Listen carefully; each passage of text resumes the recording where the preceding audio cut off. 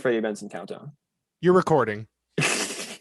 Hi, guys. It's Wednesday, March 31st, and you're tuned into 2.5hoopers, Nick Collison's favorite basketball podcast. Mr. OKC. Mr. Oklahoma. No Josh today. He's a bit busy, so I'm here with George. He's a full hooper today. I think I've acknowledged he's a full hooper more than Josh Nowakowski has. Every time I listen there, it's always half hooper on the J always Sports. Half hooper on the J Sports podcast. It's fine. He goes by protocol, which is cool. It's your brand. But George Martin, riding high. Fresh off the Final Four bid, baby. High off that UCLA W. Oh my god. How's Mary doing? Mary's his mother, who's a Michigan fan. She's all right. She was a little sad, but whatever. She's not as dedicated as Philip and I are to the grind of college sports. So no cap, we team Philip. Philip happy, I'm happy. All right. We got a good show for you guys. Recapping the last 2 days of ball. Mostly Monday. Tuesday was a bit of a dud, but Monday was a good time. Georgia's halftime. We got all the has some good stuff for us. And then we're gonna get a little trendy and see if we're buying some winning and losing streaks going around the association. But remember, if you like what you hear, make sure to follow all our socials: Insta and Twitter, all at THHoopers. Drop a comment anywhere. We'll shout you every game of support. Who do you think commented, George? Let me guess. There's really 2 frequents on the comment section: J Sports and JJ Butter, 2 of my favorite. And Empire Records. Every post. Every post. We have our first bot. It's pretty cool. But J Sports commented out, dropping the question. Broke the news to me. 5 minutes went by and he's like, Jeff Teague to the Bucks. Talk about next pod. So I'll let you take this one. I have a few thoughts too, but Jeff Teague coming from the Celtics, signing with the Bucks as a backup point guard. I'm a little shocked because they were the front runners to sign Austin Rivers, who I actually liked a lot. I like Austin Rivers a lot for the depth. He's a pure hooper. He plays really good defense when he buys in, which the Bucks would need, especially because they traded Torrey Craig, who is a pretty legit 3-and-D guy off the bench, which I was kind of disappointed in, seeming as the Bucks are kind of like my second, watch team, I guess. So Teague, he didn't really have a good season with Boston. A lot of Celtics fans were slandering him. But when he got traded, he was coming off like back-to-back 20-point games, which was odd. He was finally producing, and then they're like, I felt like the Celtics wanted to go a little bit younger because they've used Pritchard a lot more. They drafted a guard rookie in Neesmith. I don't know. I just hope. I mean, Teague is reuniting with Bud.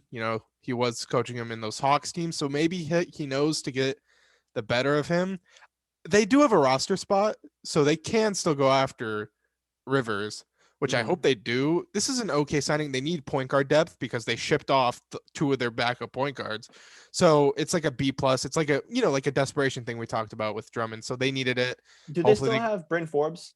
Yes, they do. I know they don't play him, but they do. Big Bryn Forbes guys, you and I. But he's more of a 3-and-D instead of like a pure point guard. So I mean, they get Teague for that. Mm-hmm. He should play fine as long as their main guy Drew Holiday stays healthy. I mean, he'll come in. He's been in those playoff atmospheres before, so hopefully, it just comes down to playoffs. What he can give in the playoffs is, all the Bucks really can ask for. Hopefully, he'll be like the other vets who have played on 500 teams. Sorry, Celtic slander. Yeah, it's crazy. He got traded and bought out in less than a week, and we haven't heard much on Austin Rivers, who I think is the best buyout candidate left. Yes. Yeah, I think Austin Rivers would have been better, but hey, who knows? They're in Austin Rivers sweepstakes, so I give it like a high B as well. Point guard depth is very important in the Eastern Conference. Yeah. Now moving on to the recap. Thank you again, J Sports, for that. Everyone knows where to follow him. He's the third hooper.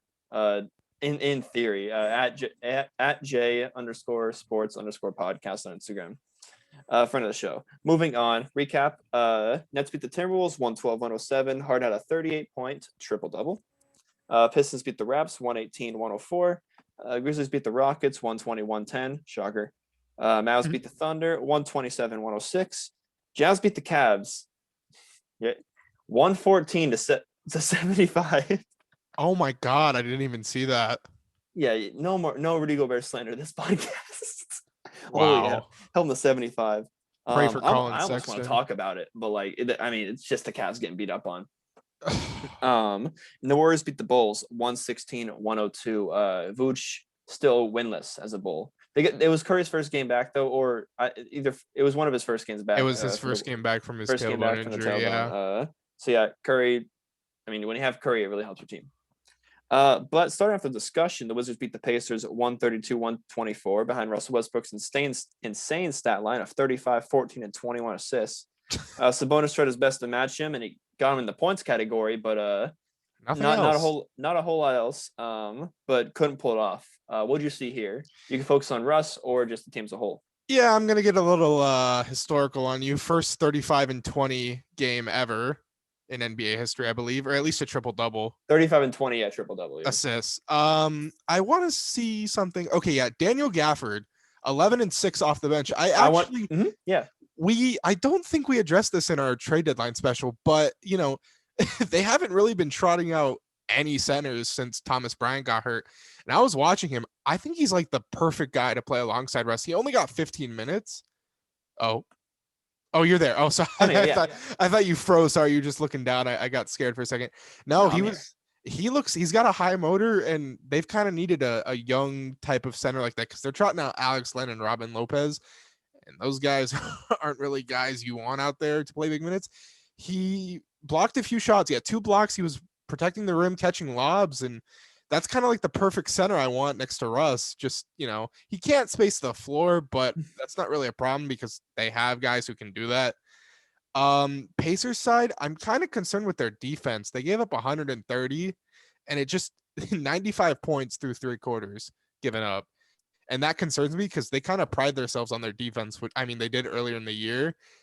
And I don't know. Currently they're 9th and I don't see them dropping out, but the play-in might be their like they will be as a Pacers guy, they will be a play-in team. Yeah, they will be.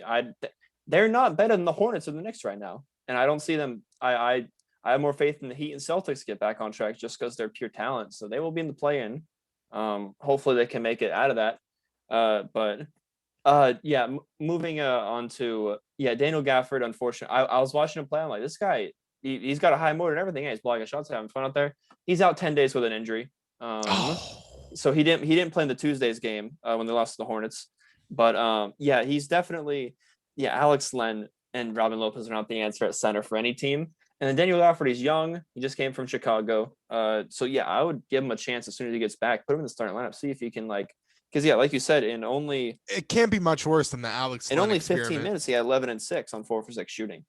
Russell Westbrook, historic stat line. But this game kind of showed me like him and Beal experiment should be over. Like really, because you're watching this game, Russell Westbrook 40 minutes pounding the hell out of that ball. Every set involved Russell Westbrook. That's what, yeah. So he's not washed. He's got a lot left in the tank. I'm a big Russ guy, but Beal should also have the ball in his hands because he's an all-star, but Russ cannot play off ball. And you're not going to make Bradley Beal a catch and shoot shooter because Bradley Beal is better than Russell Westbrook. So, I mean, if you're not going to get this Russell Westbrook with anything other than a starting lineup that consists of Alex Len, Jerome Robinson, and Denny. So, I mean, we talked about this on the when we were playing Madden actually about how can we see Russ being that 2 or off the ball guy because this is what Russ has done the last few years. I mean, besides when he was in Houston, like especially in those last years in Oklahoma, that's all he did. He was the offense went through him. He was doing everything, setting up guys, running the floor, setting the pace. When Beal comes back, you can't do that, especially late game. And as we saw in the playoffs last season, he couldn't play off Harden, you know? No, he can't play off anyone really. And I mean, you watch him look at the stat sheet, Hachimura, 26 points. And then Denny had a solid game, 12 points, only 6 shots. And then Chris Chandler Hutchinson, these guys scored in double figures and Russ had 21 assists. So you got to assume a lot of these were from Russ's doing. Yeah. And so he gets everyone involved, but I don't know where Russ will be in the next few years because he's not washed or anything, but I don't see him coexisting with any real star in the NBA. And we really thought it could happen because Beal is so good off ball, but you're wasting Beal if you put him off ball. You're absolutely wasting him. Oh, yeah, no, 100%. So, especially late game and, clutch times in the playoffs. No, you can't have that. But yeah, shifting to the Pacers side, my boy Sabonis took more than 15 shots, 12 for 19, 35 and 11. And then Brogdon had a decent game, 26 points, 8 assists on 8 for 17 shooting. But this is where they lost it. You said the defense. Their swingmen, the wings, Karis LeVert and Justin Holiday, combined. Let's do some quick math. 6 for 25. And Karis LeVert didn't hit a three. It was not good. And they're not getting TJ Warren back this season. Yeah, which that's why I have them locked in at play-in, just because like Sabonis isn't going to win like this. I wanted to put up more shots, but he's just not a number one guy. He's a great player. He's an all-star, but he's not going to carry your team like that. He just doesn't have that alpha dog mentality. And TJ Warren, who's not better than Sabonis, has that alpha dog mentality. Just ask Jimmy Butler. So, I mean, Jimmy shut it down real quick though. Yeah. I mean, if they're going to get out of the play-in, we need Karis LeVert to really step up. And I'm not going to go too hard on him just because it might be a health thing. He just had surgery on a cancer tumor. Got to give him until like mid-April. Yeah. So, but I really do think, I mean, again, 3 for 14. He had that one game where he, I think he scored over 20 and he hit that game winner. Yeah. But it was still not very good shooting. He's been very inefficient this season. And I don't know if that's just him fitting with this new squad or maybe it is because the tumor being removed. But yeah, overall, very, very fun game there. You know, I love seeing Russ get like that. But next game was my look ahead. National TV, Pelly's got a W against the Celtics, 115-109. So Celtics missing Jaylen Brown in this one, and it kind of showed on offense and defense as they had to start both the Grants, which that's not the move. I mean, both Williams, not both Oh Grants. my goodness. Okay. Grant Williams and Robert Williams, third. Time Lord. Time Lord. Yeah, because he missed the plane. Thank you. Yeah, both the Williams. But we'll get a little Celtics talk. This is kind of going to be the long overdue Zion talk. Has been a great weekend scoring wise, but they didn't really get. They lost the game and then they beat the Mavs without Kristaps or Luka, so it didn't have a lot of weight to it. But they beat a good team here. No matter what we say, Celtics are a good team. And he had 28. So George, what have you seen from Zion recently? So I found a little tweet yesterday, and I wanted to share it here. From ESPN Stats and Info, so you know it's legit. Zion Williamson has had 24 consecutive. Oh, gosh, I can't read. I'm sorry. Zion had his 24th consecutive game tonight with 20 points on 50% shooting, one shy of tying the Diesel Shaquille O'Neal for the longest such streak in the shot clock era, which was created in 1954. So, and that was from Monday. Yes, for this game. So let's see. Did they play Wednesday? So he could tie it on. They get a little break. They could tie it on Thursday. Is what you told me. So yeah, 20 plus points, 50. I mean, he is crazy efficient. He has really good hands for a big man because we saw a guy like Kwame Brown. The guy couldn't catch anything, and it's just amazing. To Kwame Brown, he's a scrub. Thanks, Stephen A. It's just watching him finish at the rim. He might be the best finisher in the league. Like even besides Giannis, it's hands and then the soft touch he has. Like you're seeing, it's 6 bounces on the rim and just falling through. And he goes at you. He's going downhill, and then it's it's amazing. I've never seen. I mean, he's like 6'7", and he's just crazy amounts of control on his layups. See, for the viewers, I have 3 seasons of coaching under my belt. They were Boys and Girls Club. They were 13-year-olds. I have 2 chips. One of them we got robbed by the refs, but I have 2 chips. So I was like, in my bag, I was like, come on. This was like 2 months ago. I was like, point Zion, use him like Jokic, da-da-da. And I thought I was talking out my ass. I was just saying things because I thought I could coach or something. Point Zion is here and he's killing everyone. They're giving it to him at half court and he's running pick and rolls. And he's just, like you said, he's steamrolling, he's bodying into him, especially against the Williams, run and pick and roll every single time. And he plays 32 minutes here. I mean, the conditioning was a problem, like a question his first year. He's conditioned here.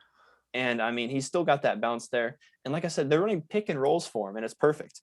And then BI still got his 25 points, not great shooting, but 25 points. And then this was without Lonzo as well, I believe. Lonzo. Josh, Fortnite boy 15 and 15. So he's crazy. I think he should be the starter once Bledsoe leaves. I think he's the starter in this league. I like either Hart or Alexander Walker alongside Lonzo. Bledsoe shouldn't even be there right now. I didn't Well, even.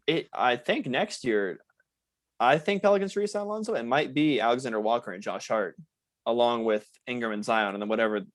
Hopefully, Steven Adams is still there, but he probably will be because they gave him that contract. Yeah. But yeah, Josh Hart playing. He's probably the best rebounding guard in the league after Russell Westbrook. One of them. Yeah. This guy is nice on the boards. But yeah, Can we also talk about why Evan Fournier? I was gonna transition to that. Yeah, 94. That's his number. 94.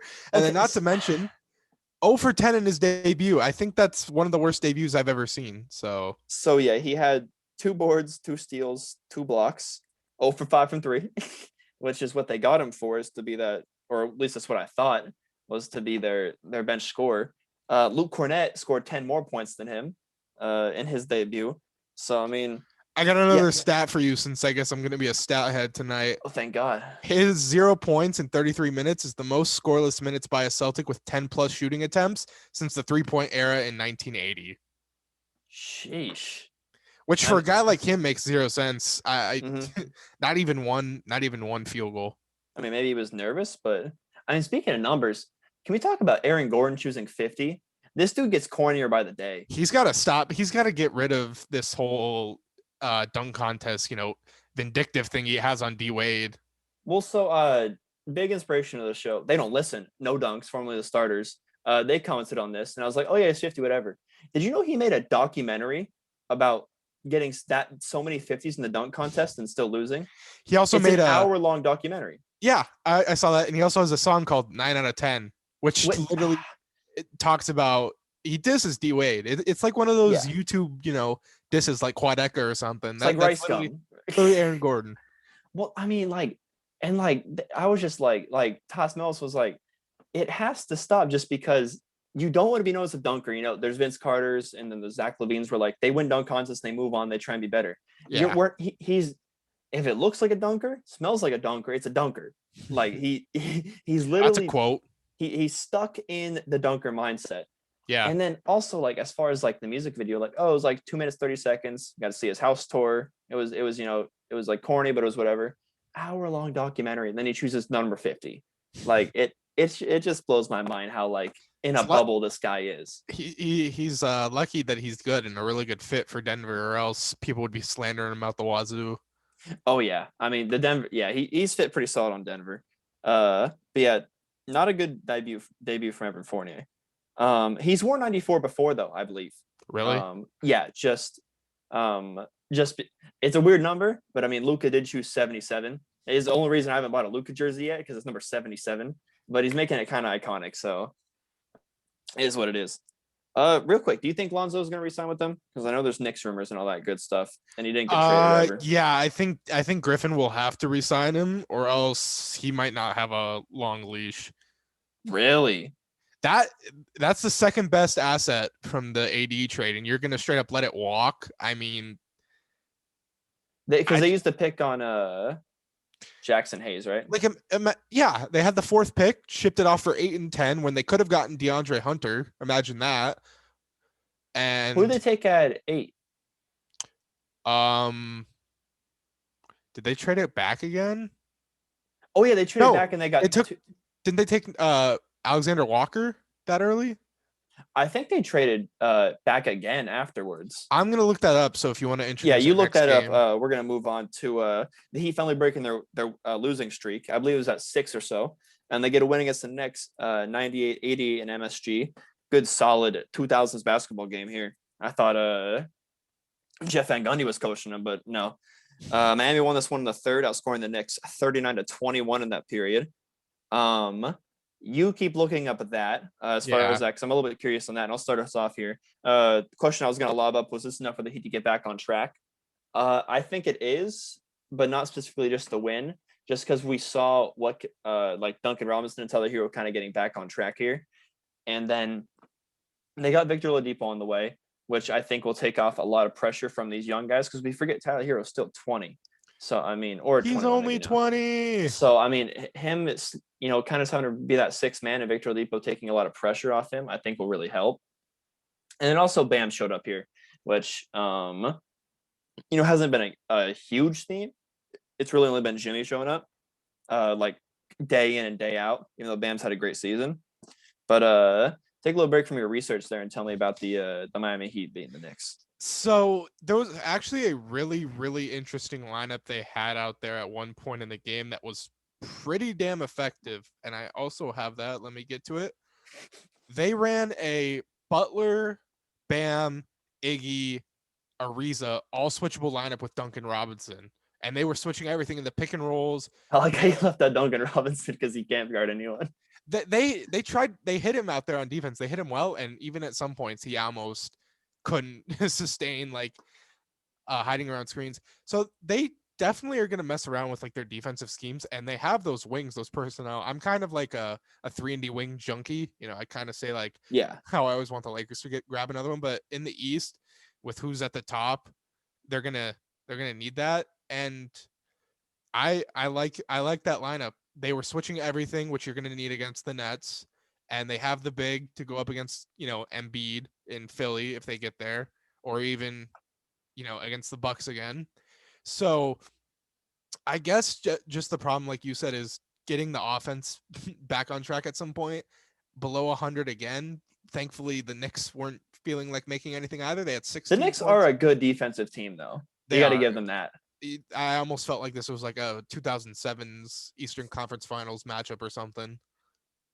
But so right now they have a reason to start in lineup. Did you hear that? You hear Mike Breen in the background? Did you get an ad? Let's not get that was a game film. Mike Breen wanted. Breen wanted to add in. So one less relevant said Duncan Robinson was their point guard and Dragic was their shooting guard, which is just funny on the NBA app. And then two, they're rolling out Ariza right now in the starting lineup. Do you think who do you think's hitting the bench when Oladipo comes back? Is it Dragic or is it Ariza? Oh my God, I forgot Depot was on the way. They could have that lineup. You really tuned out when you're looking for that Lakers trade. They can take out Duncan and put in Depot. It's an all switchable lineup. Oh, that's so beautiful. That's music to my ears. For now, I think Ariza might go back to the bench just because for offensive reasons. But I mean, come closing lineup, they might throw out that lineup I suggested with Depot. I mean, you could switch everything. You could shut down teams, opposing teams. So yeah, this is a big game just because of playoff implications. We have another one like that with the Kings and Spurs game. Yeah. But New York is now at 5, and they're only 2 games, 1 game ahead of the Heat at from the 8th seed. So do you see kind of the Knicks kind of really needing this win, and it's kind of a bad loss for them, or do you think it's the Miami Heat? They can come out and beat any team they really want to. So I did say, Heat have kind of been like my dark horse team all season, and then the Knicks were the one I said I could see them slipping the most, kind of just because they came out the gate roaring. They were playing great, high flying basketball, and they were playing tough and hard, and a bunch of minutes, 38 minutes per game from RJ and Julius, and I just thought they might hit like a wall or something, get like a week losing streak, and bam, you're at the 10th seed. I think they fall a bit. They're not going to fall out entirely, so I don't think there's worry there. It's really weird that the Heat went on, what was it, a 6-game losing streak, and they're still the 8th seed. Like, so the top 3 are set. Like, we are not seeing a different top. We talk about this almost every other pod. It's Philly, Milwaukee, and Brooklyn. And then from the 4 spot to the 9 spot, it's 2.5 games. So even though I have the Pacers pegged in, I mean, as a play-in, like anything can happen here. So I have the info on that trade. So they traded the 4th pick, which we gave them in the AD trade, back for 8, 17, and 35, which that wasn't like, seeing that on draft night, 8 and 17 and 35. That's solid, yeah. That's solid because you could get a start in 1 through 35 easily. So 8, they took Hayes. 17, they took Nickeil Alexander-Walker. And with that 4th pick they traded it back for 2 other seconds, right? 8, 17, and 35. So that the 35th. Did they trade the 35th back again? Oh, 35th. No, they took. I don't know. It says Didi Luzat. There's cool name. I never heard of him. Is there? Yeah. I guess Alonzo's probably the second best asset they got in that trade. I like Alexander Walker a lot, but I mean, I think Lonzo should be back, but if he wants like 20 mil, you're only 2 years away from paying Zion. Like, and Zion's gonna get that max, obviously. And you really just got to But see, evaluate the if thing Lonzo is, fits with Zion. Lonzo fits with him, and it's going to help with good roster construction because we've seen, they've paid guys like Adams and gave up assets for guys like Bledsoe. So why not pay a guy who actually fits with your star player? Yeah, I want Bledsoe gone. That's all I really want. And then put Alexander Walker, Josh Hart in that starting lineup with Lonzo. Moving on, very important game if you're a fan of the Kings of the play-in tournament, because the Kings picked up a win against the Spurs, 132-115. This game was huge for the Kings because it was the first of a back-to-back against the Spurs, a little baseball style series, and they're chasing them in the standings. Swipe had 24. Were you able to catch this one, George? A little bit. I kind of just saw like the swipe of praise on the timeline, and like I've said, he's been great for them. He's been worth every cent of that contract, and people were kind of crapping on it and saying he wasn't the Jaylen Browns, the D Mitchells of the world, and I think it was the right move, obviously. And they're that team, they trend up for 5 games, 5-game win streak, go down for 6 games, 6 games. They're what did I say last podcast? I said their consistency is inconsistency. Yeah. So kind of a little light bulb went off on the top of your head. Yeah, I threw that out there at 2:30, and I thought, oh my god, I'm the smartest guy ever. They got a lot of contributions from their starting lineup. Holmes 23, Heel 20, Hallie 15, and they have Chris Silva. When did they get Chris Silva? So I'll go into it. Their deadline moves were extremely underrated. I was like, they got DeLon Wright. Cool. Because I'm a big DeLon Wright guy. Mo Harkless? Yeah, they got Terrence Davis and Mo Harkless as well at the trade deadline, and Silva. DeLon Wright. Yeah, so DeLon Wright didn't play great. Then we have Terrence Davis with 14 points in 18 minutes, and then Mo Harkless with 13 points in 14 minutes. So the whole thing I've been harping on, besides fire Luke Walton, has been their starting lineup is great. Like they get almost everyone scores 20 points. Then they have Corey Joseph giving a goose egg. So off the bench. Now they actually have like good bench players. Mm-hmm. And I kind of want to also harp on this. Marvin Bagley has been out for this whole win streak. And that has put Halliburton in the starting lineup. And they go small. Like it works. Like Rashawn Holmes, like small at center, 6'9". Harrison Barnes small at power forward, 6'8". And then they got Swipe a Buddy Hield and Halliburton. And it's really working for them because they're never going to play defense, especially under Luke Walton just with their personnel. So you got to lean into it. But then their defense does come from their bench with Mo Harkless and Terrence Davis. So I mean, very underrated trade deadline. I don't feel like anyone was talking about them. I know we weren't talking about them. I know we try and deep dive it, and we just weren't. So I mean, very very impressive win here for the Kings. Anything as far as the Spurs go, because they were kind of trailing this one the whole time, just couldn't get past that like 10-point deficit. Sacramento did score 41 in the second quarter. Yeah, a little bit surprising because their defense the other night against the Bulls they almost looked like the 15 Spurs out there. But there's nothing to really be worried about. We know what their ceiling is. They're top of the play-in, maybe a 6 seed, and that's just how they're going to roll. But Pop has them playing better than expected with their talent level, so it's fine. They're fine. Yeah, no Gorgie Jang for this one because they did pick him up, which is a good pickup. Yeah, I liked it. He's shooting good from 3 and stuff, and it'll help with their spacing, but he's no savior. And I think a theme with when they don't win games is when DeMar DeRozan doesn't shoot efficiently. When he shot 6 or 17 here, which isn't good, which is old DeMar. And I think they really need him to be efficient and kind of sharing the ball. And hopefully the stat backs me up. 8 assists. That's solid. And then they're also missing Lonnie Walker the 4th year, which is one of their 6 good point guards. So kind of tough loss for the Spurs here. I think they can hold on though to a top 6 seed, or a play-in spot. But I do have the Kings marching in there and taking. I got the Pellies. Got the Pellies. Nightcap of Monday was the Bucks against the Clippers, and although Milwaukee led by 12 after 1, Clippers outscored them by at least 8 points in each of the last 3 quarters to get the 105-129 win. No PG here makes it impressive for the Clips, but I want to start with the Bucks, George. What the hell happened? Brooke Lopez is cooked. And there was no PJ Tucker for us to see Yanni at the 5 again. Yeah, their defense, it's kind of been inconsistent lately. Again, nothing really going for them on the bench. Pat Connaughton was their leading minutes guy off the bench, and Yanni's brother, 31. Holy hell. 19, also off the bench. So they really only go 8 deep, which I don't like because the 3 other guys aren't really. Connaughton's nice. I mean, he's got a 40-inch vertical, but for what? Yanni shot almost 50%, 32 points.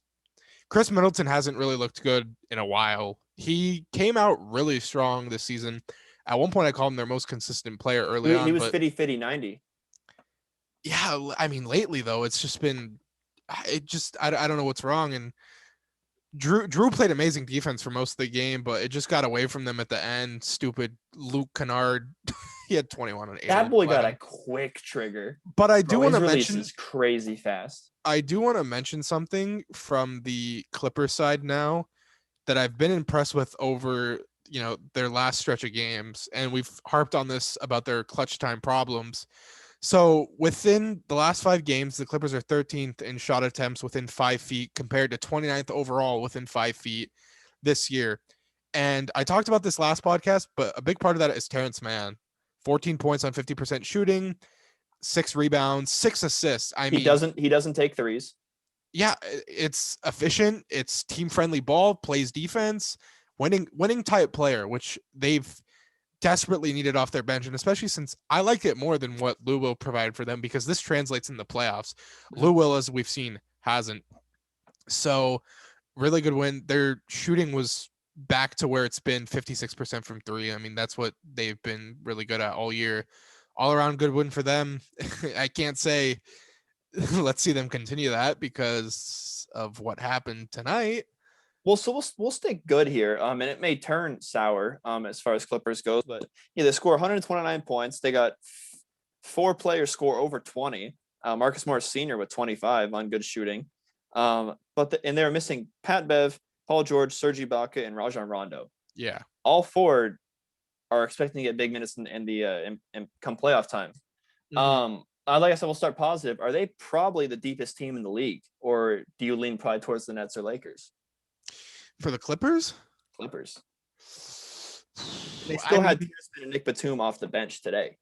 Seeing as what they did, in this win without some big contributors, I'd say their depth is about the same as last year, but slightly better. So, I mean, you can take with that what you want. I don't know if that made any sense. I would have to disagree. Really? Yeah, I think they're the deepest team in the league.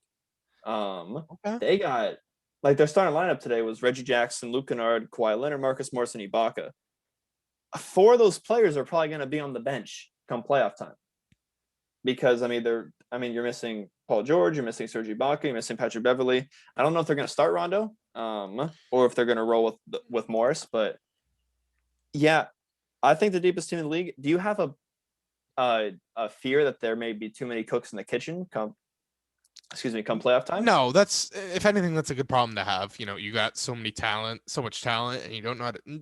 I don't think there's a problem with that. And a guy, because you slot in a guy like Terrence Mann over a guy like Lou, he won't care. He'll do it all, scrappy type player. He doesn't care if he has the ball or not. A guy like Luke Kennard, I'm not as worried either. And he's kind of better catch and shoot. He can create for himself, but he's not going to be a demanding, I need the ball type guy. There are 3 ball handlers, really. Actually, you could say 4. Rondo, Kawhi, PG, and I actually like Batum being like a small type point forward. I guess Reggie Jackson could also handle it off the bench, but I'm not worried about that. So there's 11 players. Yeah, that they can go deep with. Rotational. But it goes down to probably 8 or so in the playoffs. Yeah. Who are you cutting out? Who am I cutting out? Who are you cutting out? Yeah. Hold on, I gotta load back up their roster. Sorry. Oh, it's not even. Don't worry about it. Put you on the spot a little bit. It's not even going to show their. Okay, wait. So let's see here. Who am I cutting out? I think I can see Kennard getting DNPs. Zubats, I could see getting cut out for a series because we've seen teams go small. and I don't think even as a backup big off the bench he'll be needed. So I got to cut one more guy. Yeah. Maybe Bobby Shmurda, maybe Reggie. I don't know. I mean, you want Pat Bev's probably going to be their starter. You need Rondo off the bench. See, I'll say their starting lineup is probably projected, in my opinion, to be Patrick Beverley, their two wingmen, Kawhi and PG, then probably Marcus Morris, and then Serge Ibaka. And then off the bench, that would leave Terrence Mann, Rondo, and Nick Batum. And then you're cutting out those other three guys. I like that. I think they need Reggie Jackson in that second unit really, really badly. So they might have to go 9 deep. But which is fine. That's fine. It is fine. And like I said, I think they're the deepest team in the league. Just then I think you can make a guy like Pat Bev's minutes expendable because you probably want more of Rondo anyways. Yeah, so because they kind of give the same thing as far as like minus the defense, but Rondo gives you the more IQ and the more veteran. You know, he's gone deep in the postseason. So yeah, I think Pat Bev's minutes are going to get. I think Pat Bev's minutes get sliced before Bobby Shmurda's do. Reggie Jackson. Okay. Just because they're going to want to run Rondo, just see what they can do there. That's fine. But yeah, I kind of want to combine these games. So Clips lost to the Magic on Tuesday and in a back-to-back situation at home, 103-96. So we kind of just praised the Clippers there. What did you see? What did you see in the win that happened, and you didn't see in the loss, and vice versa? So they kind of reverted back to what they've done all season, hunting jump shots and then just lazy effort all around at the end. I just felt like it was a typical, second night of a back-to-back. You're completely depleted roster-wise. They played 8 guys. And I've seen this with the Lakers too. I've seen this all around the league this year just because of the unforeseen circumstances. So, and this Magic team is like really, really, it's like a jigsaw puzzle. And there's some guys on there that are trying to make a case. They're Bamba. Okiki, Bamba, Ennis, Birch. These are guys that are trying to play for a contract. RJ Hampton, so they're gonna give their best shot every night. And we saw it. The Lakers just almost lost to him 96-90. They won 96-93. Oh my God, not again. Another ad. Thank God they're not loud like one of our first podcasts. That was horrible. You're lucky there's no fans and got a bang. Yeah. So they went 3 deep. Pat Pete and Amir Coffey. I said Pat Pete. Wow. Patrick Patterson and Amir Coffey were 2 of the guys off their bench. You can't. There's really nothing that you can take away from this game except that they just jump shot hunted at the end with Kawhi and PG, but everything else is kind of just to throw the game tape away. Yeah, I gotta put this out there. Missing Pat Beverley, Marcus Morris Sr. taking off the second half back-to-back, Rondo, Paul George, and Serge Ibaka. That's a starting lineup that would make the playoffs in the NBA. So, yeah, very tough playing 8 guys. I didn't do a full deep dive into the stat sheet for every game. Terrence Mann completely reverted to everything we said he should do and didn't do, like you said. Shot 3 threes, only made 1 of them. Shot 3 for 12 total. And played 31 minutes. Didn't play great. I mean, I guess throw the last 5 minutes out as far as praising Terrence Mann, but like, is this something you can't really trust as far as like a young guy? No, like, because he gets a pass because I've seen the same thing with the Lakers. When our top 2 guys went out, or even at one point when we were missing 3 starters, guys just got thrown into roles they're not comfortable with. And it's just they get uncomfortable. They start doing things they shouldn't or they're not good at, and it just gets ugly. I mean, we've seen like a guy like Alex Caruso for the Lakers trying to handle the point guard, which he's not a creator, he's not a playmaker, and it's just rough for him out there. So I'm not gonna throw any blame at Terrence Mann. If he did this with like a fully healthy team, in April, there's cause for concern, but right now, no. Fair enough. All right, so that was Monday. I'll let you pull up the games for Tuesday. I don't have a lot to say here just because there's only 3 games we haven't talked about on it. You just pull them up and then I'll name the scores. And if you see anything that catches your eyes, just let me know. Hornets beat the Wizards 114-104. Russell Westbrook mean poster dunk. Only thing I really had to take away from that one. Denver beat the Sixers 104-95. Still no Embiid. So, I mean, Denver's on a roll too. I'm not taking anything away from that game. And then really only close game that we haven't talked about yet is the Suns beat the Hawks 117-110, which really wasn't a close game. The dagger was considered, they were up by 6 and Jay Crowder hit an and 1-3. So how close can it really be? If that was the Lakers, Skip would have called LeBron out for front running. But yeah, did you really notice anything there? I'm looking at Suns Hawks. just because they're two solid teams. Bogdan played pretty solid. He's been playing a lot better. I think he's starting to find his groove with them and just being healthy. That's really the only thing I got from this game. Yeah, now that I'm not doing like the game by game recaps, I always forget Capella always gets 15 and 15. Like tonight, 16 and 16. He's automatic. Book him for that. Trae Young, tough game, 5 for 16, but I guess it's just a Hawks game. Like, I mean, I'm not, now that I'm not doing the recap all the time, I forget. Yeah, Trae Young has these games, but just doesn't shoot well. No, I think Thursday was pretty cut and dry. I'm sorry. It was pretty. The UCLA game took all the attention. Well, you didn't miss much, thank God. If it was a busy day, we would have had our work cut out for us. But yeah, you focused on the UCLA game, and so hey, you got away with it. I think we can move on to the halftime now. Now we're gonna move on to the halftime report. If you haven't heard George talk enough, now's your chance to hear him talk a lot. Halftime report for 2 reasons: halfway through the show, and he's the half hooper. Well, he's moving on up, no cap.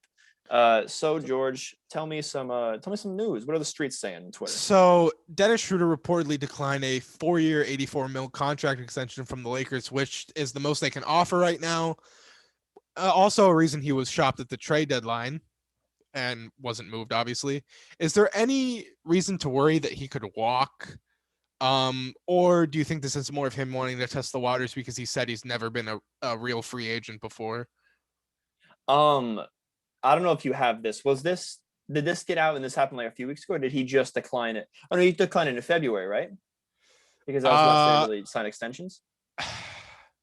No, in February they could have offered him like a really small one. This was the most they could have offered him any time during the season before the season ended. Okay, so but did they offer this to him before or after he was shopped around? The reason why he was shopped is because he didn't. Okay, so he didn't decline it because he was butthurt or anything, right?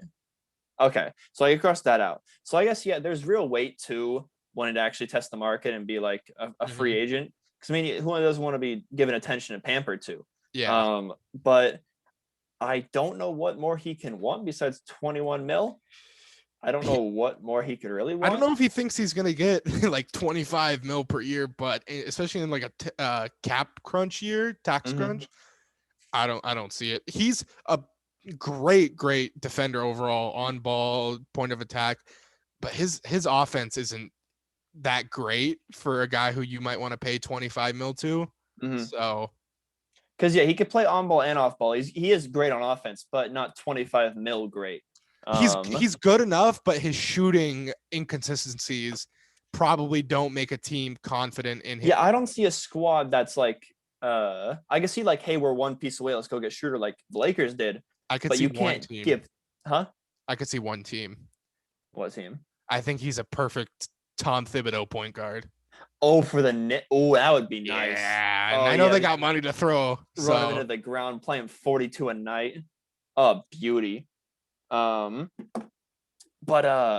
yeah, at least it's not butthurt, so I can cross that off. But yeah, hopefully. I mean, I love watching him play, but I don't know who. The Knicks are a good one, but I don't know who would give him more. So if he doesn't sign with us, it's because he didn't like playing with in our system with LeBron and AD. And I mean, which would be hard. You got to leave if you don't like that. So yeah, which would be hard for you to turn that down. But anyways, moving on. Kind of a surprising move that we learned about over the weekend. We didn't get to talk about this on Sunday. The Thunder and Al Horford have kind of just agreed that he's not going to be a part of their future. So I guess they're going to find a trade out in the offseason. They're not buying him out at all. So I didn't really prepare a question for this, but off the fly, why do you think they would do this? I mean, I guess they said they are trying to turn younger, but he's been contributing well for them this season. He's putting up really good scoring numbers and he provides defense. So are they trying to tank here? Because I mean, he was helping them win games. Yeah, I feel you got to be putting on a front or something. Yeah, they're trying to tank. That's why he's sitting down. He was playing too well. They did the same thing with Shea. He has a foot soreness. They're like, take your time, man. He's like, no, I'm good. Like, it's probably still sore. Take a few games off, because him and Al Horford win games. Yeah. And this is why I was confused. I was like, the Thunder can't tank. They literally can't tank. So now they are. They got Lou Dort running the point until Shea gets back, and that's not going to win games. No way in hell. So, and then also I don't like it. I really hope he's still around the team, in the facility and everything, just because Yeah. he's a great mentor. And Moses Brown has a lot of raw athleticism that you can put towards. But like I did like him like in a role they're playing on the game to show, it's different to, watch game film with Al Horford or to be like, hey, like Moses, that should have happened right there. You got to do this in the moment. So, him as a mentor I really liked. But it makes all the sense in the world. They can't buy out right now because he has technically 3 years, 80 million left. You can't buy that out. So in the offseason, it'll be a little bit more manageable, 2 and 56. Still not too tradable, I would think. Maybe he'll get traded again. As far as like I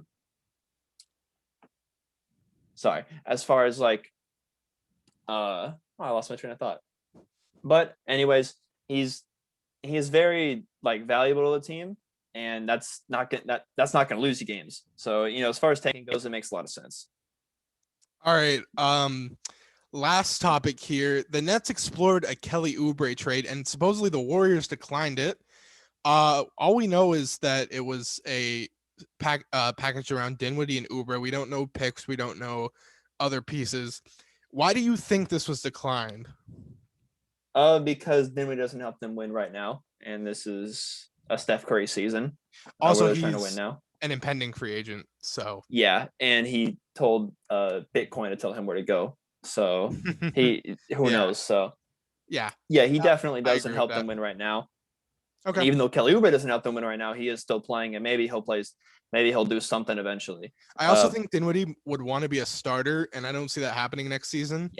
Yeah, he'd have to be a six man. Yeah, he'd be a great 6-man, but he would have to be a 6-man. He would have to buy into that, which I don't think he does. So that's all for this segment. Thank you, Lehman, for that. Well, thank you. It's getting hot and heavy in here after every halftime you do.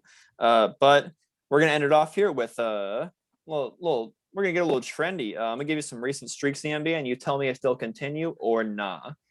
Streak is a loose word, so I realized I didn't brief you on this. So fire 'em at me, baby. So let's see. It is currently 4:30 a.m. for George. And you say that every time. You say that. You say the same time every time. Is this going to continue to be a trend or not? Okay. James Harden being the best Nets player. Yes, it's going to be a trend for. I guess just not 2 reasons. Just because I don't see Kevin Durant coming back anytime soon. It's going to be a few more weeks, and even when Kyrie's there, I think the offense runs through him, and he's going to continue to thrive. I think even when KD comes back, I don't know. Maybe he still will be.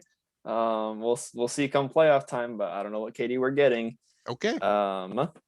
So I would say that will definitely continue. Next one, Hornets winning without LaMelo Ball. I as well think this is a trend. I've actually seen a lot of positive things, just how their offense plays, how they're coached. Guys like Devontae Graham and Terry Rozier stepping up every other night. I don't see them slowing down anytime soon. Health provided. Milwaukee failing to beat good teams. Damn, I'm kind of boring. I think that's a trend, honestly. Their health, Bud's rotations, and just overall inconsistent play is like their Achilles heel right now, and defense too. I'm worried. I'm worried for them come playoff time because I don't want another Giannis flame out. But I would have to think that continues, especially because in this season too, you're just gonna drop it. Look at the Clippers. You're just gonna drop games. I mean, who are you taking in a first round series? 3-6 Miami and the Bucks. I don't want to talk about it. Next. I know you don't. This one should be a swerve, but maybe you'll catch me off guard. The Miami and the Celtics playing in the play-in tourney. No, Miami's gonna have a higher seed than a play-in seed. You believe that? Yeah, I don't see him. I see him being higher than 7. What about the Celtics? They will be a play-in team. Celtics. Okay, at least tell me they're the 7. Oh my God. Oh boy. I can't be too slanderous on the Celtics here. Is that even a word? Slanderous? Anyways. This isn't even a real podcast. We can say whatever we want. Nobody listens to us. Sacramento making a strong playoff push. I'm gonna disagree only because I said that I have the Pelicans getting into that last play-in spot. And even the team that the Pelicans bump out, which I don't know who that could be, I don't see the Kings contending with either of those teams. Fair enough. And then I just thought of this. It's not really part of the game, but Okay. who's going to have a more entertaining play-in tourney, the East or West? West. West for sure, you think? There's a potential with the Lakers. There's a potential Bron and AD getting there, and then for sure you can have a Steph Luka matchup, and then a Zion versus Ja matchup. I mean, that's Grizzlies Pelicans would be so good. Yeah, I would love that. Yeah. Right now it's Dallas versus Golden State, which good game, and then the Spurs and the Memphis Grizzlies playing each other in the West, and then Boston Chicago would be a fun one. That's a 7-10 spot right now, and then Miami Indy. I think we know who would win that one, but TJ Warren isn't playing. Miami's got their number, man. He has TJ Warren's number. I don't know if he has their number. But did you remember? Did you remember to look ahead? I do have my look ahead. All right, start us off then. So kind of a homer pick here. Lakers Bucks tomorrow. It's Andre Drummond's debut. I really want to see how they're going to use him overall. I know no Bron and AD still, but the Bucks have been playing inconsistent as of late. And if the Lakers steal one, I think Lakers Twitter might self-destruct because they will already be singing Andre Drummond's praise. That's a solid one, bit of a homer pick, but I am excited to see Dre. Side note, Dre. We sent in the group chat today. I didn't know he was third in steals from centers the past 3 years.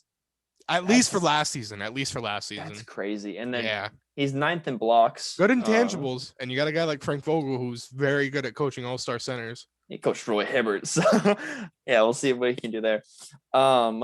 My look ahead, Kings Spurs, second half of that baseball style series. I'm kind of riding the Kings wave here. I think it changes here. I think they're done being inconsistent.